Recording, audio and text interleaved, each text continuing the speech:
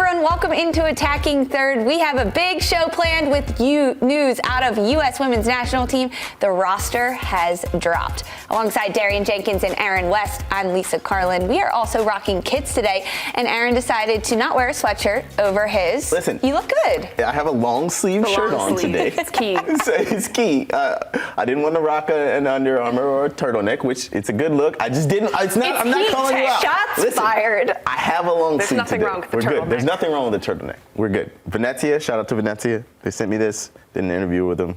It's a great time. It looks good. Thank you. It What are you matches the rocking? pants too. I know Yeah, we people should can't really see. get the full fit. Yeah. It's a cool look, Yes, yeah. it looks good. It looks great. You didn't want to do a whole strut and pose over the side like Christy Cupo? I think I'm good just raising the leg. Kicking your leg above the table. I like it. I'm wearing some Bay FC gear today. Right. It's a big weekend for them in the Hey, baby. NWSL. Huge weekend. Huge weekend for the Bay Area. What about you over there, Miss Jenkins? I went MLS. I went with the Columbus Crew kit. I think they can win it again this year. Heard Suze give Wilfred Nancy a good shout out this out to morning Wilfred on Nancy, Morning yeah. Footy. Yeah, I think he's a great coach. And shout out to Nationwide for the kit. Thank you. Gotta love it. Who's on the back?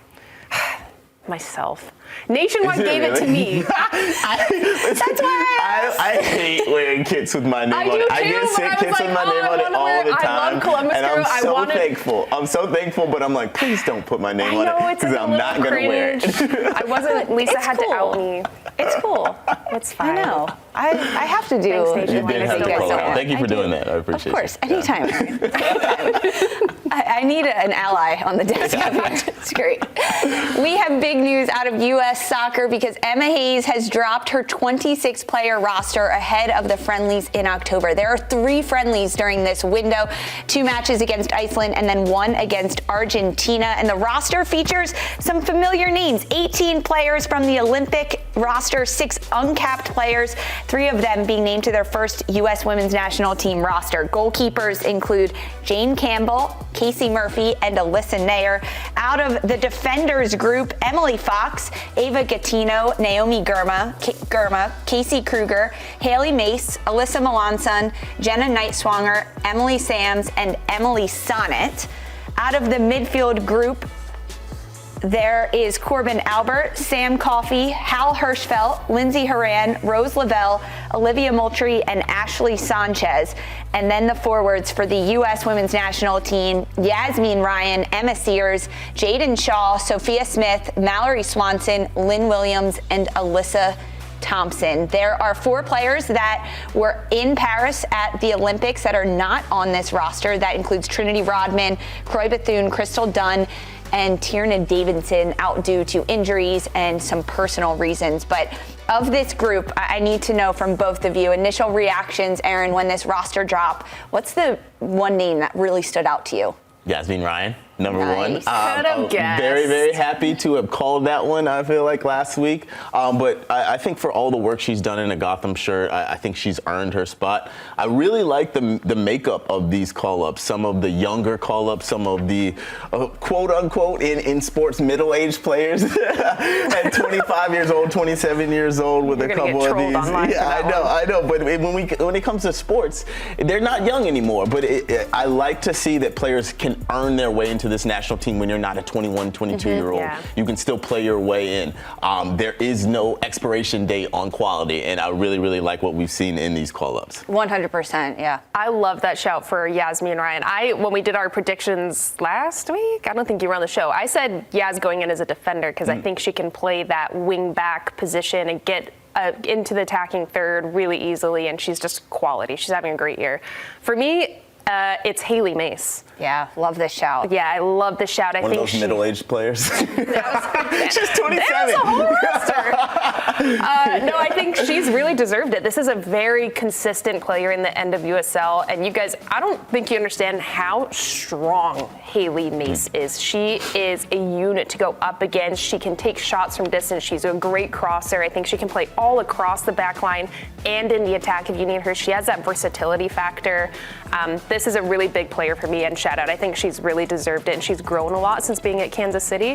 One more, I think Emma Sears. I love this.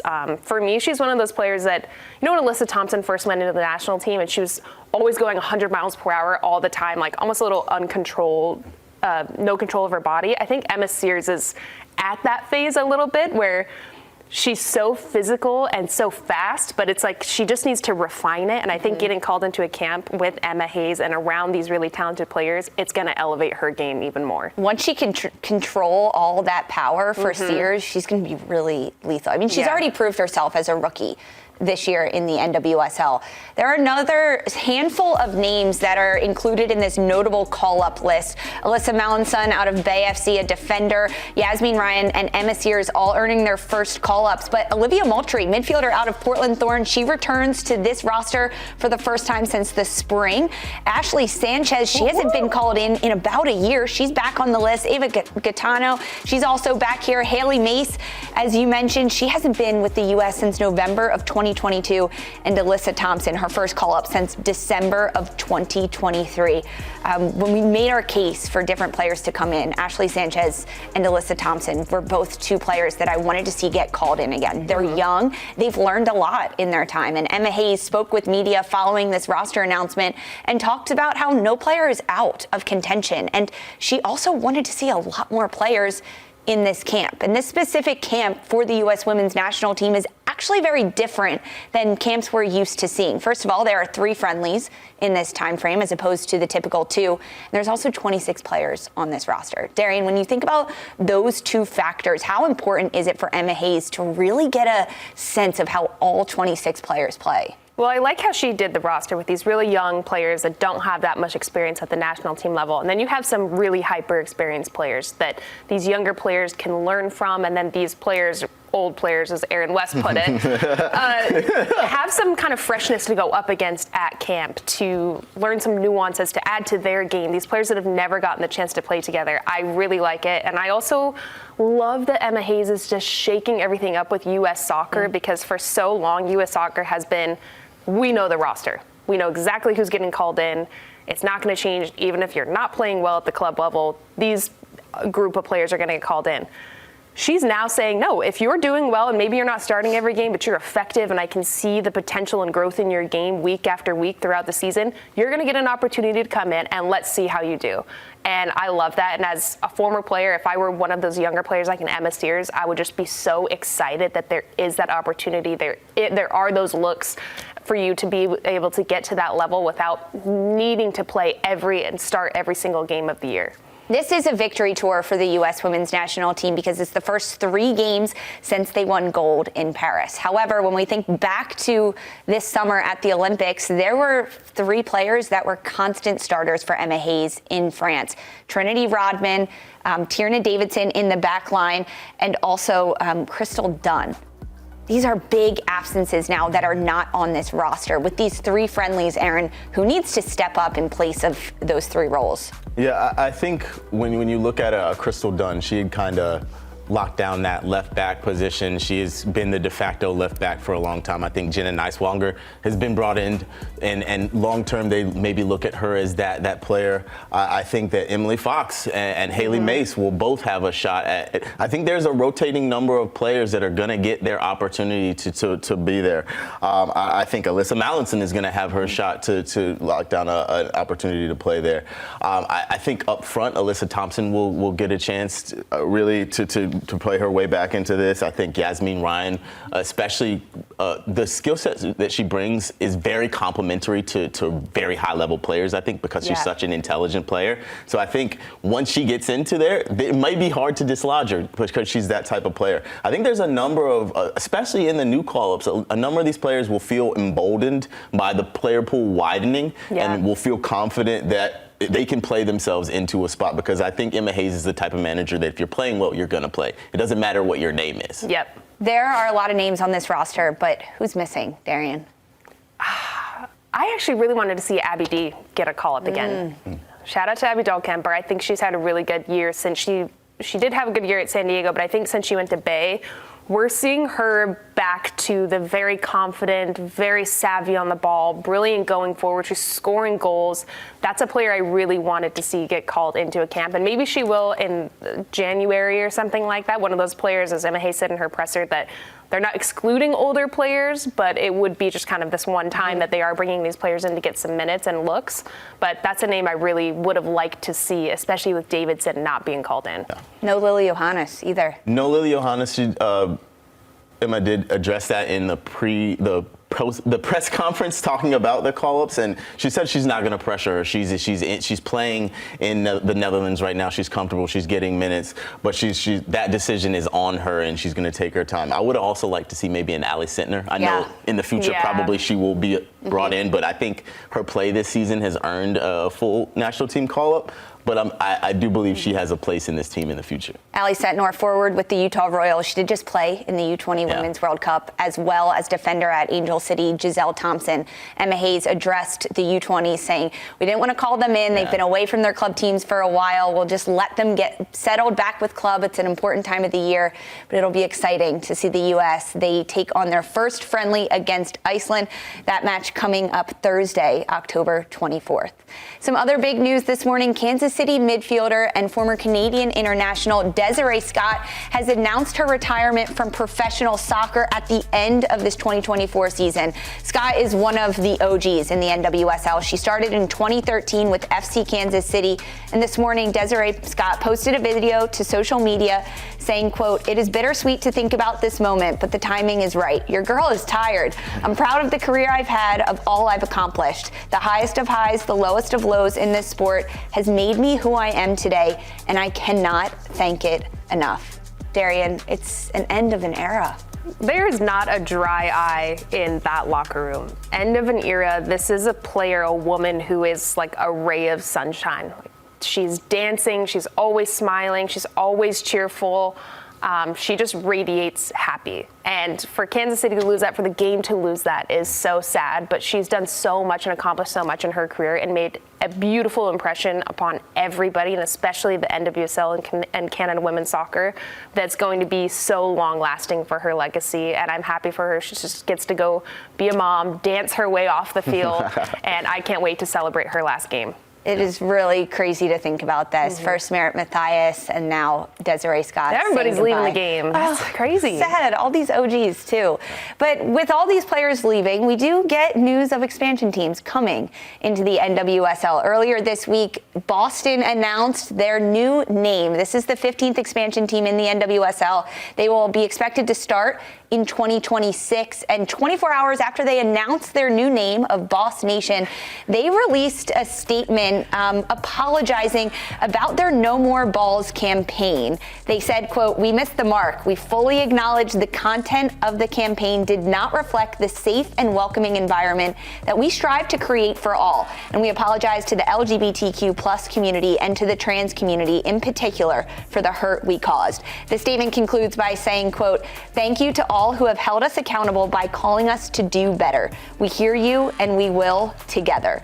However, there is still a lot of backlash about the name Boss Nation.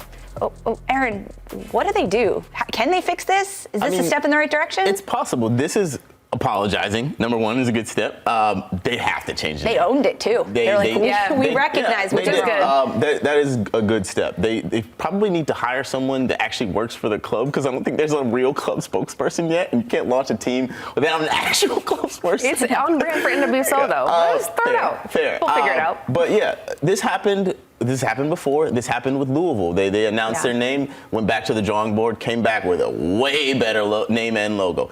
It is possible to fix this, but they have a lot of work to do because they have offended a lot of people. Yes. They have gone about this in probably the worst possible way, but this is America. They have till 2026. They have till 2026. They've got a whole year to fix the name. I would like a name change. I love the colors. I think the colors are great. But yeah, I mean, they were selling shirts and everything. They have time to fix it. It's a relic now, those shirts. It really, but I'm glad that they apologized. They offended a lot of people, as Aaron said. It was great that they took accountability. That's very refreshing to immediately come out and take accountability for that. But I do think with all of the pushback, It's already time for a rebrand. Come up with a new name.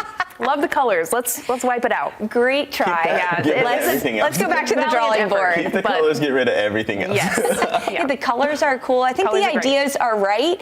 Crowdsourcing, maybe. See what the supporters group thinks. Don't go anywhere. We have Isabella Echeverri, former Colombian international, joining us to chat about the Colombians.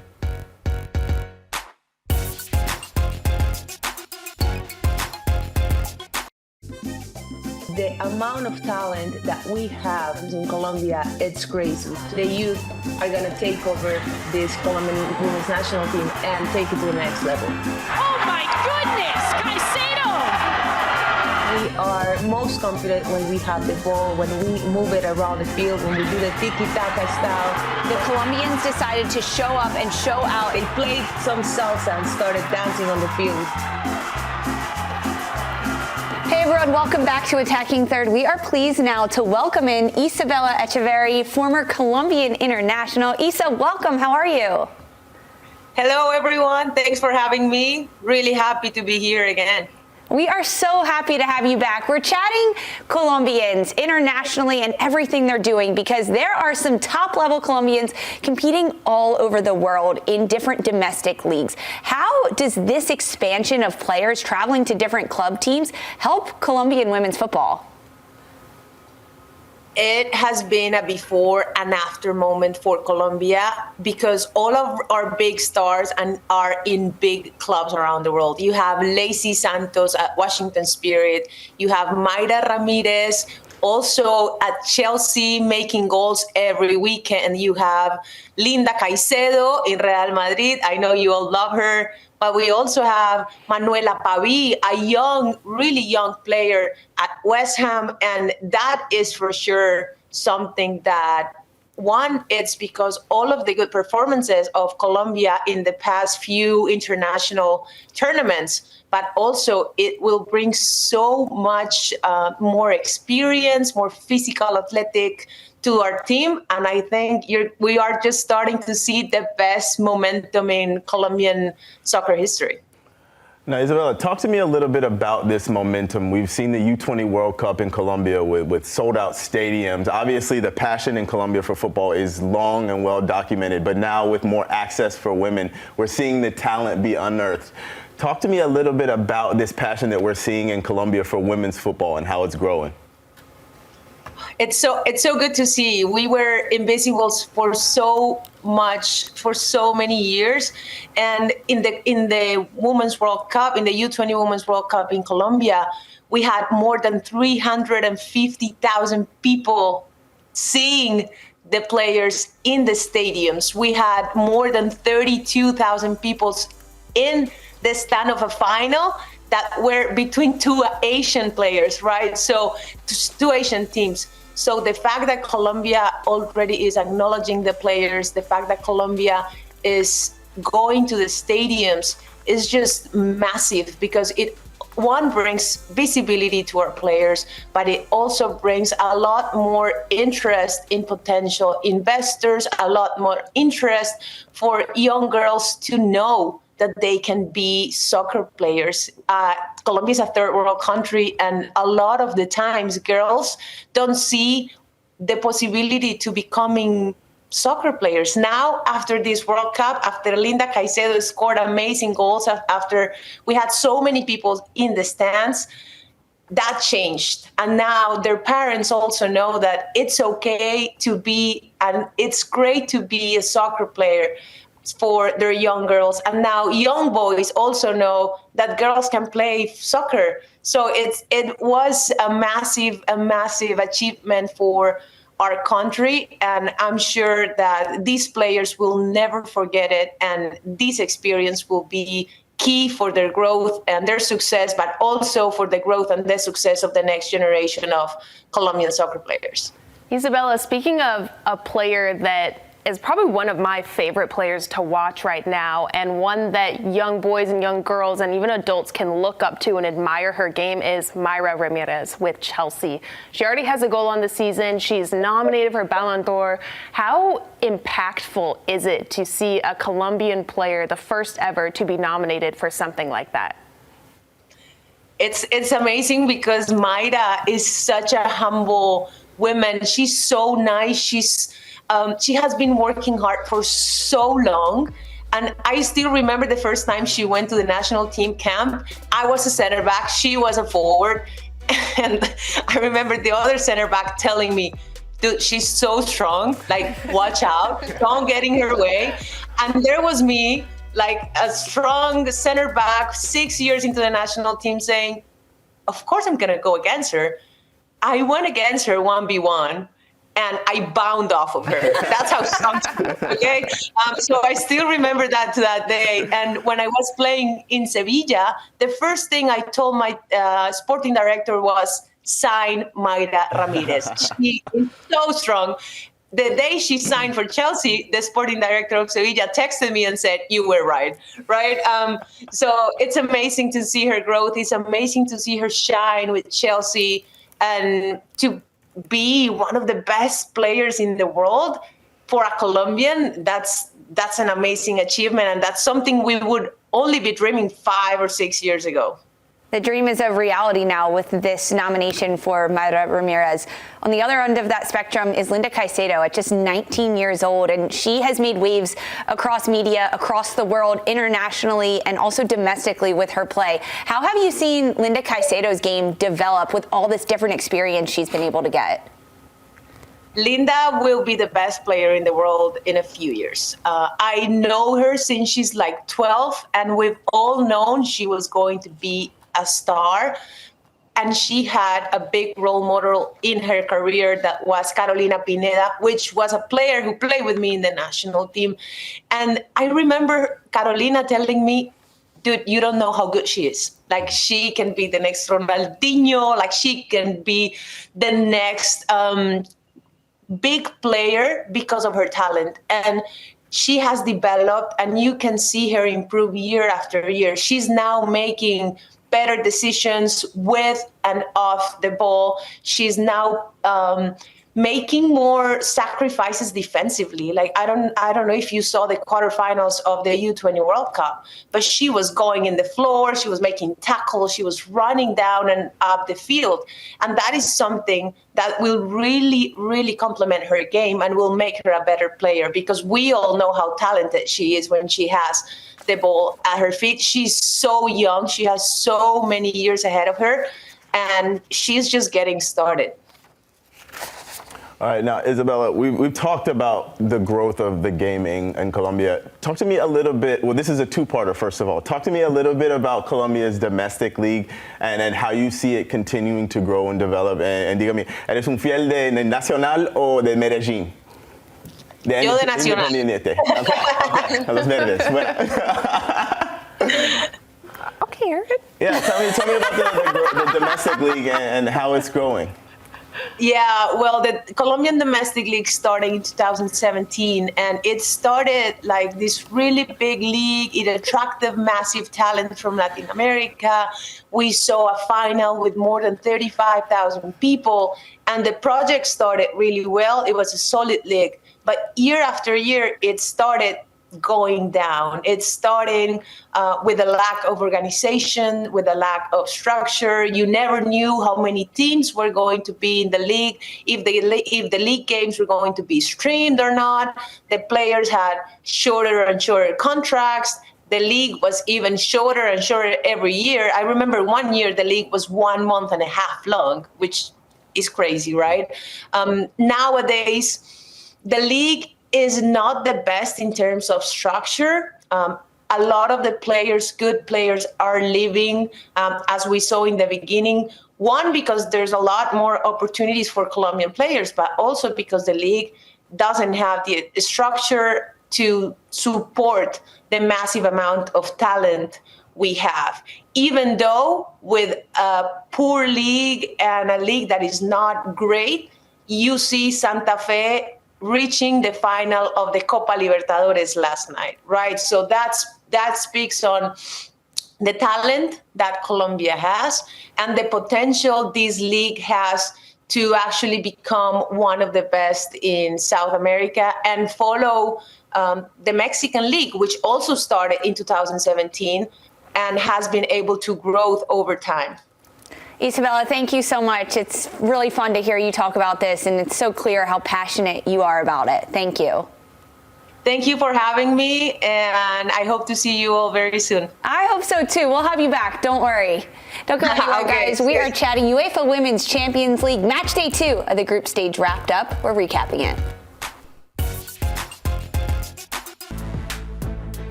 Welcome back to Attacking Third. Match day 2 of the UEFA Women's Champions League group stage Wednesday results saw Bayern Munich get a 2-0 win over Juventus.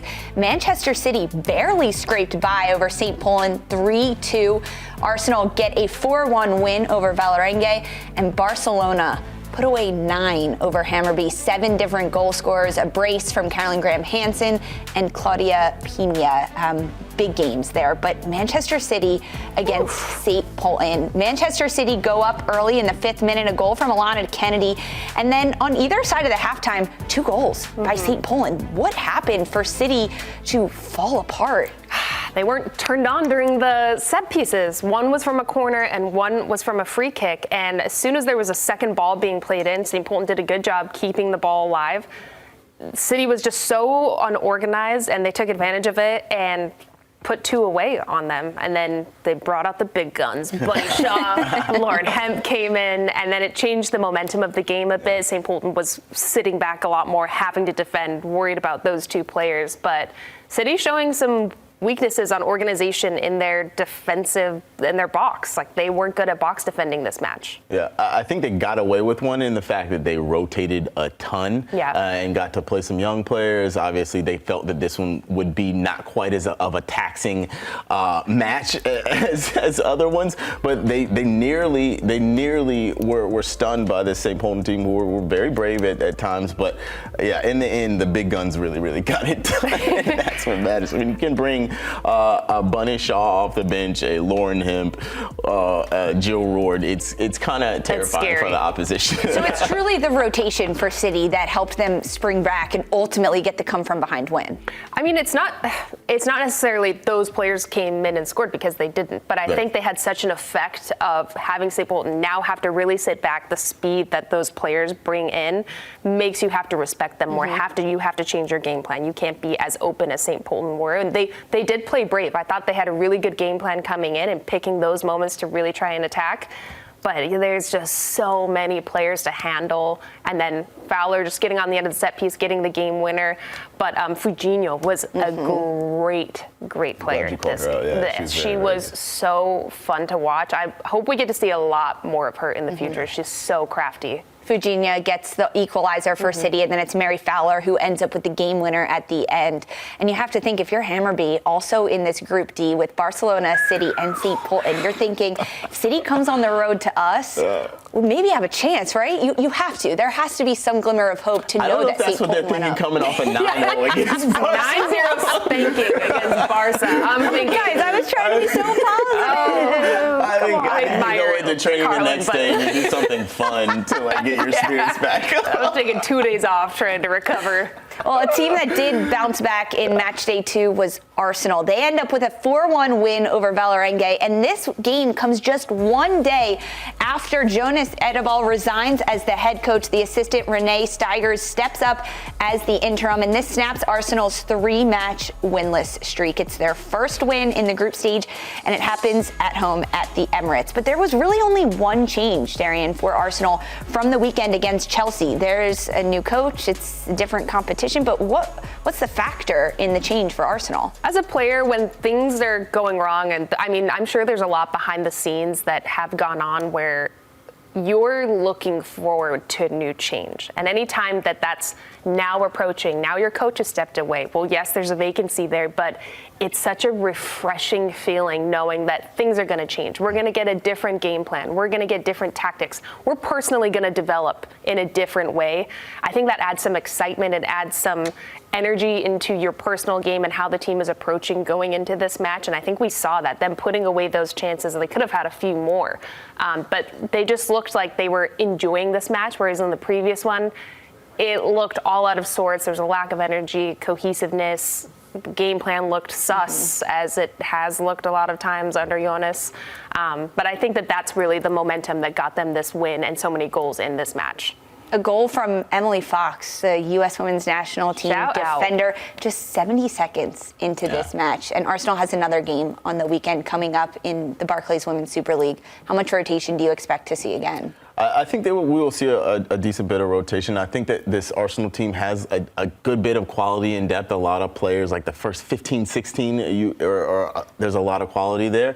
But I think this is a good win for them against a team in Vålerenga that tried to play. They had some confidence. They had some quality. But you could see there's a bit of a more positive air around this Arsenal side. There's a bit of belief, especially in the second half when they really turned it on. I think the match against West Ham will be a big test for them to see where they really are in the domestic league. A big test for Renee Sledgers, too, as the interim head coach, to see what changes she can change, how she can continue to take steps forward with this group.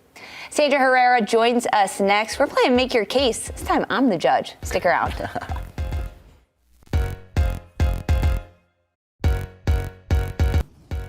Hey, welcome back to Attacking Third. We are pleased to welcome in now the fourth member of our crew, Sandra Herrera. Sandra, how's it going? I see a kit.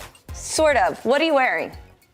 Yeah, right. I'm the throwback to last year's North Carolina Courage kit. It isn't a roomy kit, but I had to rep for Ashley Sanchez and the Courage because so thrilled for her to be back in the mix of the USWNT. For sure. I like that it's a Narumi one, too. I like it. We are talking Arsenal because they have had a change at the head coaching role, and this came pretty abruptly. On Monday's show, we talked about how long will Jonas Edevall last. He only lasted until Tuesday. Bo predicted it. And he resigned. He stepped down, and now it is Renee Sledgers who has stepped up. And this came in the midst of a 3-match winless streak. Of course, Arsenal is coming off of the midweek Champions League win, but this resigning, Aaron, for Jonas Edevall, it came before the club was able to fire him, but the timing of it, what stands out to you about that? I think that he wanted to get out before things got way worse. I think he felt the writing was on the wall. Instead of going through a period where he maybe caught a few bad results and then was sacked, I think he saw that maybe he had lost the locker room, he had lost the trust of the supporters, lost the trust of the brass, and just went ahead and resigned. Just cleanly shake hands, say we see this isn't working out. I'm gonna walk out with my head held high. That's how I view this. Sandra, was it a surprise at all to you to see that he resigned on Tuesday? Only in the framing of it, yeah. Essentially, a coach who's allowed to resign is always going to make me raise my eyebrow a little bit. It's like, come on, just get the job done and say that this didn't work out and pull the trigger. But I get it. Maybe no burned bridges is the way you want things to go here. But we saw some hiccups last year, and maybe the writing was on the wall just a little bit, maybe an invisible ink for some people. But this is the move at this point. It looks like those hiccups have turned into some stomach aches, legitimate stomach aches along the way. And maybe this is the move that helps kind of shake things up and gets Arsenal back on the right track. If there was invisible ink on the walls, Christine Cupo had X-ray vision, the 3D glasses on, because she saw it. She talked about it on Monday that he needed to go in order for this Arsenal side to have a revamp and really have a chance this season at advancing far in the Champions League and, of course, in the Barclays Women's Super League. So today we are going to play Make Your Case. I'm the judge. Sandra, Darian, and Aaron, as well as Christine Cupo, are going to make their case for who should be the next Arsenal head coach. Of course, we're going to let our Christine Cupo cook first. Hear me out. Tony Gustafsson. He's been working in women's football almost exclusively since 2012. So this is by no means a side quest for this coach. He lives and breathes the women's game. He's also a person first, player second type manager, which I truly appreciate. And he's worked both at the club and national team levels and seen success. Club level, Tireso brought them to the 2014 Women's Champions League final where, okay, fine, maybe they lost by a goal to Wolfsburg, but who hasn't lost to Wolfsburg at this point? U.S. Women's National Team, 2012, assistant under Pia, gold medal. Then again, 2015, 2019, assistant under Jill Ellis, Women's World Cup champions. He then jumped on over to the Matildas 2020, instant impact. He galvanized that team, he implemented tactics, and he brought them their best ever Olympic finish. Not just for the women's program, but Australian football overall. 4th place. He then followed that up with a 2023 best ever finish in Women's World Cup. Again, 4th place finish. And the bonus of he's very familiar with all of these Australian Arsenal players as well as their WSL rivals, whether coaching with them or against them from national team duties. So, ladies and gentlemen of the jury, Tony Gustafson. All right, Christine, thank you. I like that shout. Darian, I think you're up next. Convince me. I'm not as thorough as Christine. I never am. You don't have the stats like Aaron. I'm just coming winging it. But this person, this person doesn't need that much of an introduction. We're all fans of her, Twyla Kilgore. I think coming off of her tenure with the U.S. Women's National Team, she helped transform this team into what it is, winning the Olympic gold, winning the W Gold Cup, I think is when we really saw her ideas put into place. She brought in younger players. She brought in players that she knew could help them win that tournament and help them develop. I think she brought in younger and very established players that helped them create this new identity that we're seeing that's ultra attacking, possession based, really fun to watch, very dynamic. That started with Twyla Kilgore, and she doesn't get her flowers enough. I love seeing that she stepped away from U.S. Soccer because I think she can go and take over a massive club like Arsenal, who has the foundation to really support her, and she can get this group of players to where they need to be, which is winning a title.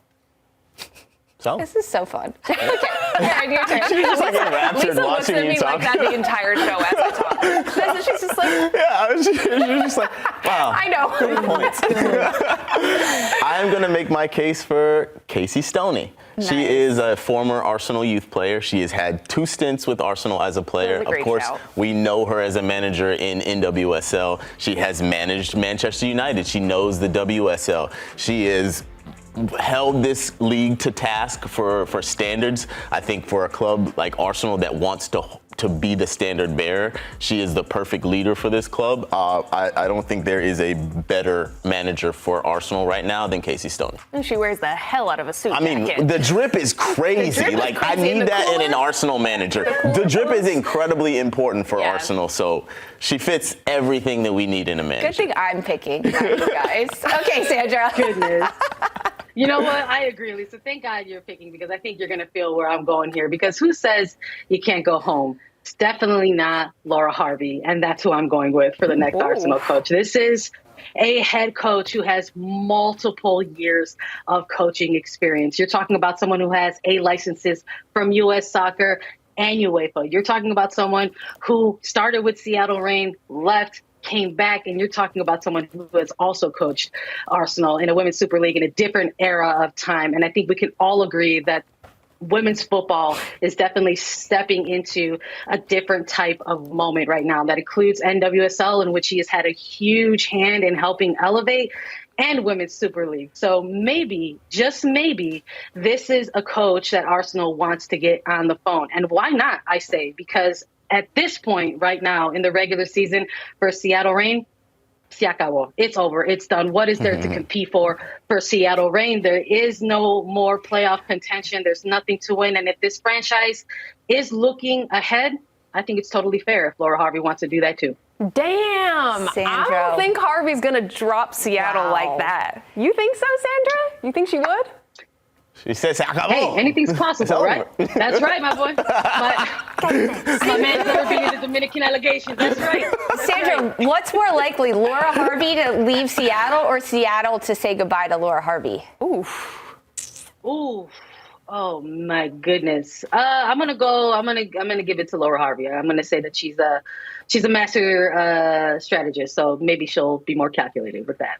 I just don't foresee that happening, Sandra. I like that shout, but that's off the table for me. Twyla Kilgore, although she's an incredible coach at the international level, I think she has more skill sets. This is a lot of matches to digest. As a club coach, you have to manage Champions League and club play and a lot of different players. Aaron, that doesn't mean you won yet. Come on. Christine Cupo No. hooked up Tony Gustafson. No. I don't think that's the right answer. I'm going to go Casey Stoney. Yeah, I think that's the right pick. Thank you. She knows Thank the you. league. She The drip knows goes crazy. She knows the league. She knows the landscape of football over there, and I think she's desperate right now in the best way that she can come in and shake up an Arsenal side and really give them what they need to excel and take the next step to be back on top. gonna be a winner. So Harvey. I love it. Don't go And anywhere, that's guys. already We've been got fun. NWSL weekend preview coming up next.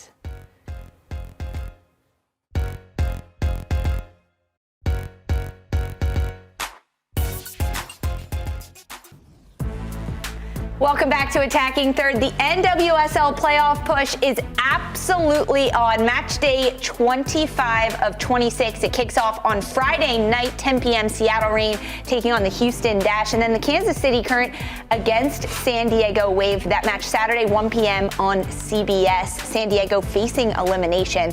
Louisville against Portland. Big playoff implications Saturday night. Portland, they need a win or a draw, and they can clinch. Bay FC against North Carolina. The easiest scenario here, Bay can clinch with a win and a Louisville draw or loss. Gotham takes on Orlando Pride. Washington Spirit against the Chicago Red Stars. And on Sunday, closing out at 7:30 p.m. on the Golazo Network, Angel City against Utah Royals. Both teams facing the threat of elimination with a loss. However, Gotham FC taking on Orlando Pride. It's a top 4 matchup, and this time Orlando Pride is going on the road to Red Bull Arena. The first time these two teams met in early September, the Pride won 2-0. Things are a little different now for Orlando because they are coming off their first loss in over a year. But how is this a moment, Aaron, for Gotham to capitalize on that against Orlando? Yeah, I think this is the moment of the season where teams want to be playing their best football. They want to be able to take on all comers. That being said, I think this Orlando team is just a different entity. They are, I think, the best team in the league. It's a difficult time for Gotham to take them on without Tierna Davidson, with her as an injury doubt. They have a very, very good defense. We know Gotham does, but they have struggled to score goals, and we know how good of a defending team Orlando is, and they're a high-powered offense. So I think, saying all that to say, I think this is going to be a tough game for Gotham. I give the edge to Orlando. I think that they will. I think they'll get the 3 points this weekend. There is a path for Gotham to win, but I think this Orlando team is just so good. I really agree. And also knowing Juan Carlos Amaros and how they don't like to, Carlin always just laughing at me. You're like giving side eye to Aaron the whole time. Because I was like, are you going to go with Gotham? Or you're going to say Orlando? I just think that Gotham doesn't change their tactics going against teams, which I fully respect. They're a really great team. I love the style of play. I think that's why so many players from Gotham get called into national team camps, because it's so effective and beautiful to watch and to see these players grow in. But when you're going against the stealth of Orlando and their attack and how quickly they can transition against you, whether it's Martha, Adriana, Summer Yates, Barbara Banda, whoever, it's tough to play a high, very aggressive line as Gotham does against Orlando. And it proved right last time that Orlando will smack you in the mouth and take advantage of it. Yeah. So you're going to go Orlando? Yeah. Yeah, I like that one. I think once you come off a loss, you want to bounce back with Plus they've got fresh players with how much rotation they just have. Yes. Yeah. A lot. Okay, that's a top 4 matchup. Elsewhere in the NWSL, we have big playoff implications. Teams from 7th place to 12th place all face the threat of either clinching, being eliminated. It is the hot seat as we take a look at some of these bubble teams and their playoff clinching scenarios. For Racing Louisville, they take on the Portland Thorns. Portland Thorns right now, they have an opportunity to clinch because they can clinch with a win or a draw versus Louisville. Similar can be said for Bay FC, but let's start with Portland against Louisville. For Portland Thorns, they can clinch, or does Racing Louisville get eliminated? Well, I think Portland clinches. I think Portland wins. Louisville's out. I don't think that they're in. I am inclined to once again agree. I think that this Portland team, the push that they get from Christine Sinclair announcing her retirement and the place that they're in right now, I think that they will go on and secure it. Portland Thorns also coming off that huge win over Orlando Pride. They have an opportunity a lot of to energy, ride that momentum. And Louisville default is to tie, sadly. So for Racing Louisville, they are part of the group that could be eliminated this weekend. That also includes Utah Royals, Angel City, and San Diego Wave. So Racing Louisville, they can drop points as long as Bay FC doesn't pick up points. That's basically the biggest scenario there. Bay FC, they just need a win and Louisville to drop points, and then they're through. But when we take a look at Angel City, they're playing against Utah. Who gets eliminated and who stays alive? Angel City might get eliminated. Utah is looking confident. They look good in the attack. They're not just relying on Ali Sentinor for finally. I actually think Angel City may struggle to defend against Utah's attacking power. Yeah, I think weirdly, I think this one might be a draw, but if I'm going to tip the edge, it goes towards Utah for me. I think the confidence they've gained through the end of this season, some of the new signings they've made have bedded in well, especially how poorly they started this season. Yeah. I think that the momentum is on the Utah side. Ooh, so if Utah... I say a high-scoring game, though. I could see that. Yeah. I'm with What it. are you thinking? I'm thinking like a 3-2 thriller. No 4-4s? Sorry, Gotham. Wild match. Ridiculous Someone's match. bitter. I like goals. I had a good time. The last match with some big playoff implications is San Diego Wave taking on Kansas City. Now, Kansas City has already clinched a top 4 playoff spot. They're just on a roll with Temwa Shawinga. Meanwhile, San Diego Wave, with a draw or a loss, they could be eliminated. Also, if Bay wins or picks up any points at all, San Diego could be eliminated. So what do we think for San Diego, Aaron? I think bye-bye. Wow. Yeah, I think they are out of here. I think even probably we will see some rotation from Kansas City, but I still think that they will be good enough in the long run to beat this San Diego team and knock them out. San Diego coming off of a loss midweek, going in to play Kansas City. I think that they're out. You have tired legs. You're going against top 2 best team in the league. Like, it's not looking good for them. I would want to wrap the year up and just kind of be done if I were them. So not just to end on such a sad note of San Diego potentially being eliminated, does Temwa Shawinga get another goal? Yeah. I think off the bench. I think there's a chance she doesn't start, and I think she rotation. comes in and scores. I like that. Yeah. I like it. Well, Kansas City taking on San Diego Wave. That match Saturday at 1 p.m. on CBS. You can watch all the coverage right here on CBS. Darian will be there. Yeah? I'll be there too. Let's go. We're talking about a 1 p.m. kickoff between Kansas City and San Diego. Playoff implications are in the mix for match day 25 of the NWSL. Enjoy the weekend of football, and we'll see you Monday to recap it all.